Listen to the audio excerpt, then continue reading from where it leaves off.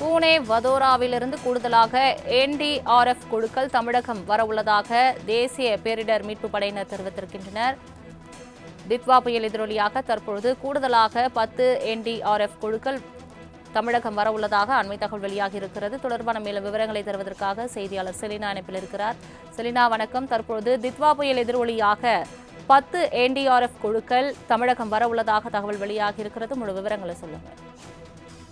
Ditwah புயலின் மீட்பு பணி தொடர்பாக ஏற்கனவே பல்வேறு அறிவிப்புகள் என்பது வெளியிடப்பட்டு வரக்கூடிய நிலையில் தேசிய பேரிடர் மீட்பு பணியின் சார்பாக தற்பொழுது ஒரு அறிவிப்பு என்பது வெளியிடப்பட்டிருக்கிறது. அதில் குறிப்பாக தித்வா புயல் தொடர்ச்சியாக இலங்கையில் பெரும் பேரிடரை சந்தித்து வரக்கூடிய நிலையில் ஆபரேஷன் சாகர் பந்து திட்டத்தின் கீழாக தேசிய பேரிடர் படை என்பது இலங்கைக்கு குழுக்களை அனுப்பியிருப்பதாக தற்போது தெரிவிக்கப்பட்டிருக்கிறது.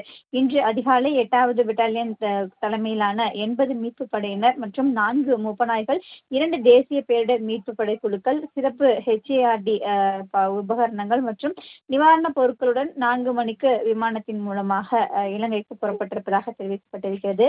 இந்த குழுக்கள் உந்து படகுகள், அதே போல ஹைட்ராலியன் கட்டிகள் உள்ளிட்ட பல்வேறு மீட்புகளுக்கான உபகரணங்களுடன் நிவாரணப் பொருட்கள் மீட்பதற்காக தொடர்ச்சியாக இலங்கைக்கு சென்றிருப்பதாக கூறப்படுகிறது.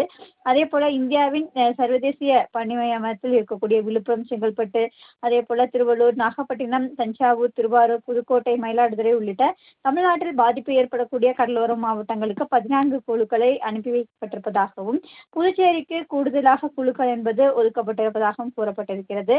சென்னையை பொறுத்தவரையிலும் 10 குழுக்கள் தேசிய பேரிடர் மீட்பு படையின் சார்பாக அனுப்பி வைக்கப்பட்டிருப்பதாக கூறப்படுகிறது. குறிப்பாக இந்த தித்வா புயலின் காரணமாகவும் அதே போல வடகிழக்கு பருவமழை தீவிரமடைந்து வரக்கூடிய நிலையில் தமிழகத்தில் பல்வேறு மாவட்டங்கள், வட தமிழக கடலோர மாவட்டங்களில் தொடர்ச்சியாக கனமழை முதல் மிக கனமழையும், ஒரு சில மாவட்டங்களில் அதிக கனமழைக்கான வாய்ப்பு இருக்கக்கூடும் என்று எச்சரிக்கை விடுக்கப்பட்டிருக்கக்கூடிய நிலையில் தமிழ்நாட்டில் 14 கடலோர மாவட்டங்களில் குறிப்பாக 14 குழுக்கள் என்பது அனுப்பி வைக்கப்பட்டிருப்பதாகவும், குறிப்பாக சென்னையை பொறுத்தவரையிலும் 10 குழுக்கள் என்பது இருப்பதாக தெரிவிக்கப்பட்டிருக்கிறது.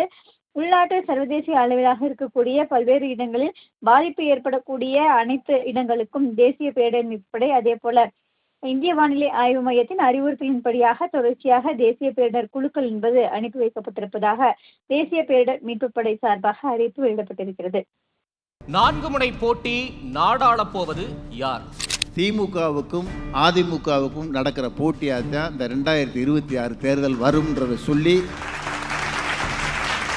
இந்த தேர்தல் திராவிட முன்னேற்ற கழகத்துக்கு எதிரான ஒரு தேர்தலாகத்தான் இருக்கும். 2 முனைதான், 3வது முனை முயற்சி செய்து கொண்டிருக்கிறது, 4வது முனை காலம் முழுவதும் பயிற்சி செய்து கொண்டே இருக்கும். இதனால தான் சொல்றோம், கொள்கையற்ற கேள்விக்குறி.